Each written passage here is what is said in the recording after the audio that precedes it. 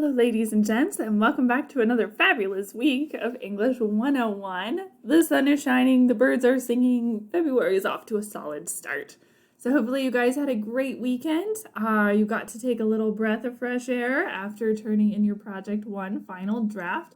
I am so excited to read those. Honestly, the drafts I got to see in your peer reviews and your process writing looked like just some really compelling arguments and some great use of research. So I'm really excited to see how those ideas came together in this final form.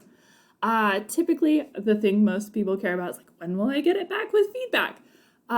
Typically, it takes me between 5 and 7 business days to get those back, so not including weekends.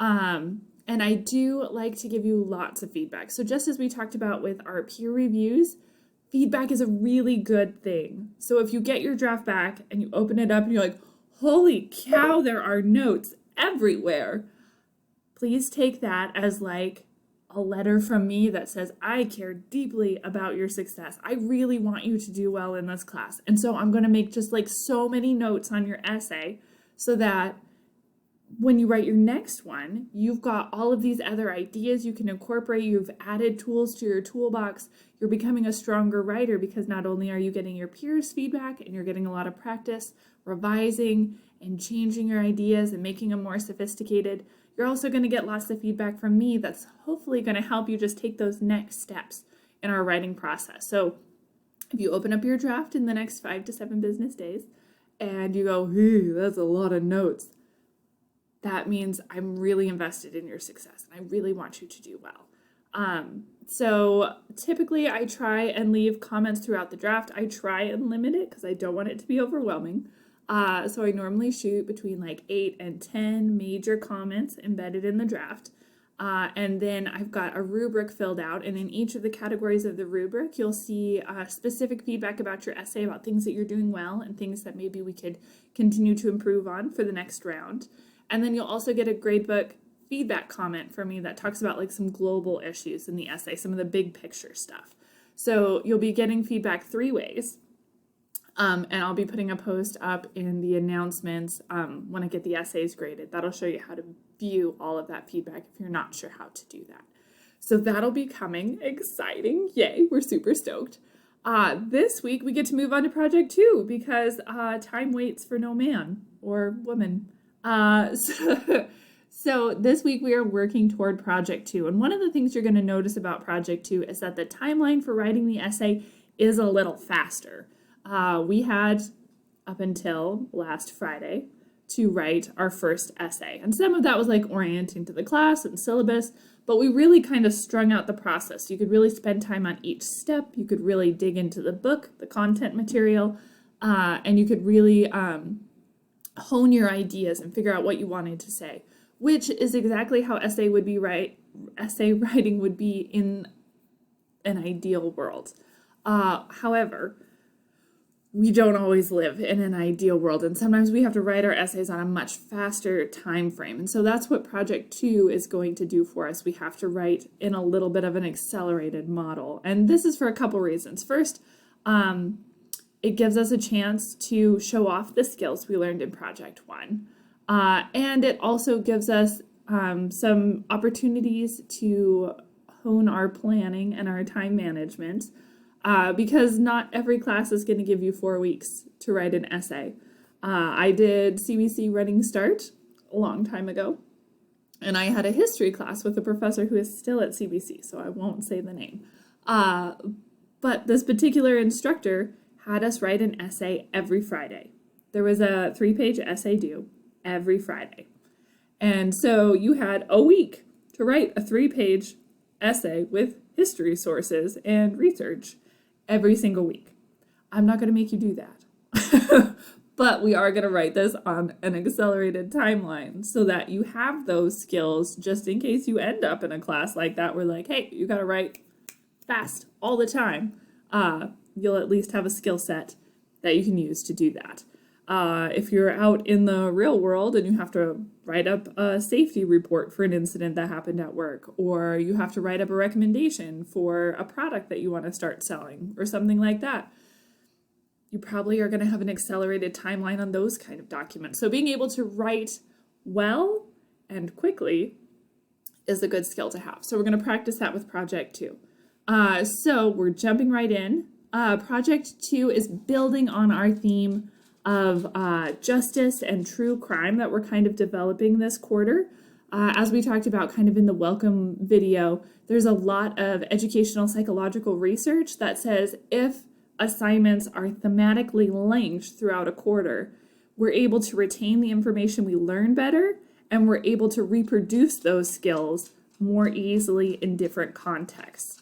So that's why we've got this theme arcing across our whole class, so that hopefully we're developing those mental synapses, those brain pathways, so that this information is much more readily available to you when you get outside this class and you have to use any of these skills.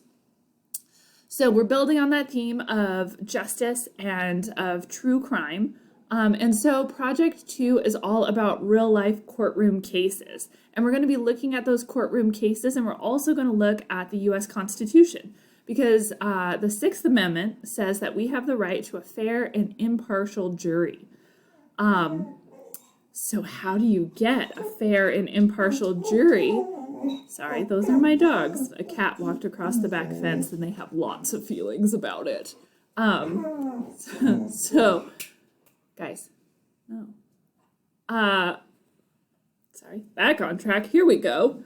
Trial by media is this name of this phenomenon because we live in a world that has this 24-hour news cycle. We have so much information at our fingertips with Facebook and Instagram and TikTok and Twitter and Reddit and whatever else you've got going out there.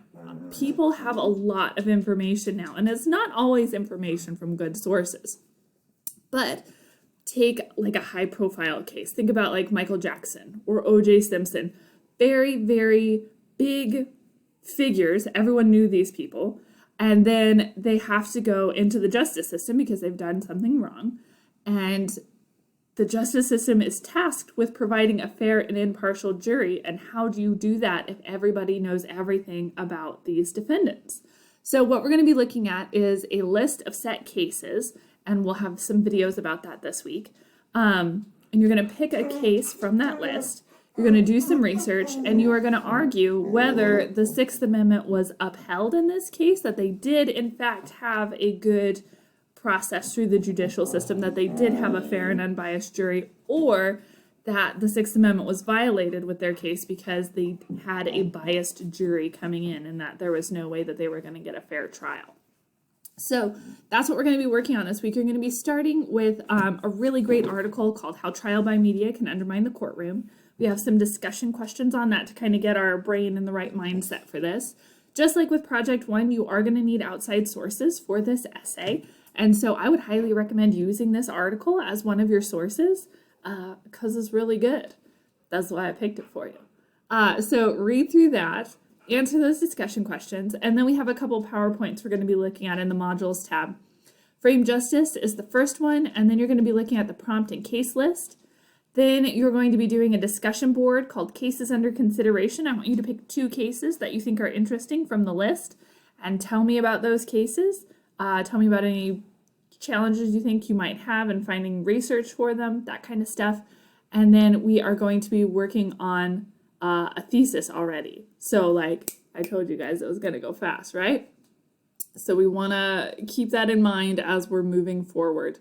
And so we're going to be working on the thesis, Project 2, and the outline, taking a look at that, familiarizing ourselves with that. And then next week, we're trucking on through. You've got your peer review on the 21st, and the final draft is due on the 25th. So keep that in mind as you're planning your time, as you're planning to use it wisely and well. Make sure that you are, because it is a much faster timeline this go around. So if we go into the modules tab, we are all done with the diagnostic essay, and now we're all done with Project 1, so you can minimize that folder. Now here's Project 2. Here's the framed justice PowerPoint you're going to be looking at. If you want to see the slides in a slower time frame, you want to look at them later, here's that for you. Here's the recorded lecture that I'm going to ask that you watch this week because it will help you a lot. And then we've got our Trial by Media topic idea list. And this tells you about the cases that you're going to get to pick from. Here's the article on trial by media and how it can undermine the courtroom that you're going to be reading for the discussion board. And then here are some other articles that you might find helpful as you start writing your essay.